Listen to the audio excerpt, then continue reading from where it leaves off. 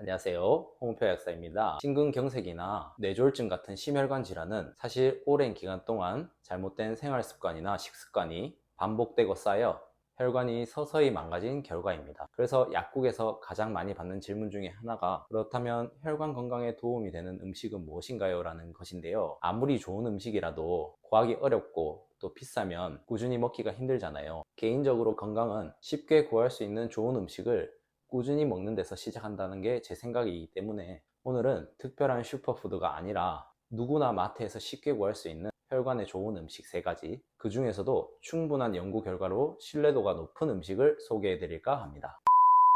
첫 번째 음식은 심장 전문의들이 가장 많이 추천하는 음식 중에 하나인데요.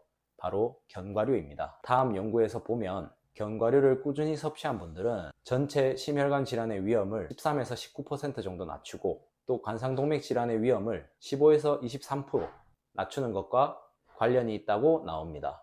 대표적인 견과류는 호두나 피스타치오, 아몬드 같은 것들이 있는데요. 요즘은 하루 한 줌 포장된 것으로 나와서 쉽게 섭취할 수 있잖아요. 견과류가 혈관 건강에 좋은 이유는 바로 불포화 지방산이 많기 때문입니다. 불포화 지방산은 간에서 지질 대사를 바꿔서 LDL 콜레스테롤은 낮추고 반대로 HDL 콜레스테롤은 유지하는 데 도움을 줄 수 있습니다.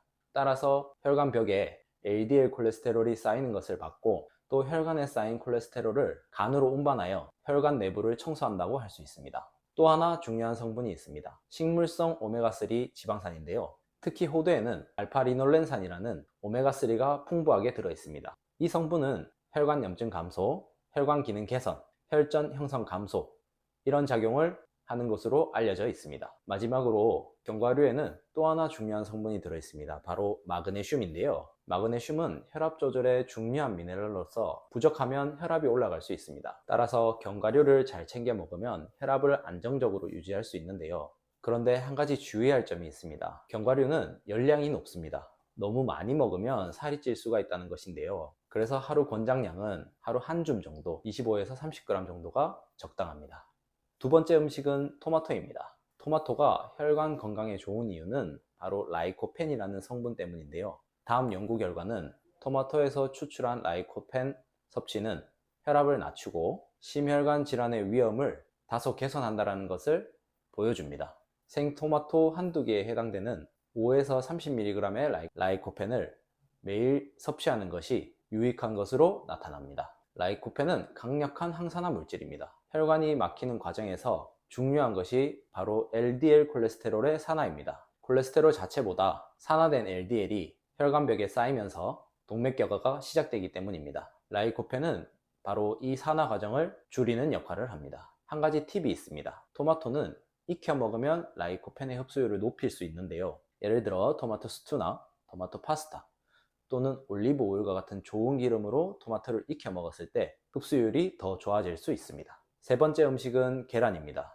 연구 결과를 보면 계란의 섭취가 HDL 콜레스테롤, 심혈관 보호 단백질 수치와는 양의 상관관계를 가지고 VLDL이나 총 콜레스테롤과는 음의 상관관계를 가진다고 나와 있습니다. 그렇다면 계란은 어떻게 좋은 것일까요? 계란 단백질은 필수 아미노산이 모두 들어있는 완전 단백질이기 때문입니다.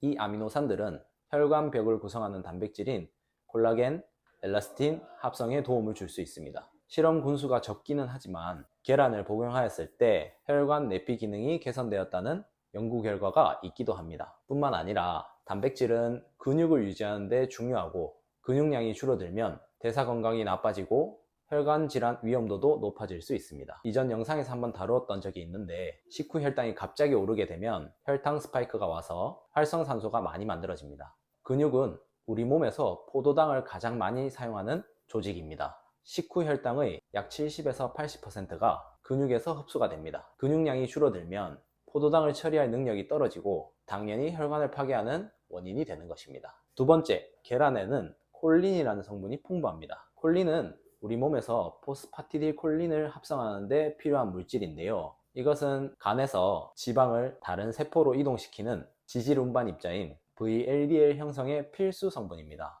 만약에 콜린이 부족하다면 지방이 간에 쌓이게 되고 혈중 지방 대사에도 영향을 미칠 수가 있습니다. 자연스럽게 혈관에도 안 좋은 영향을 미치는 것이죠.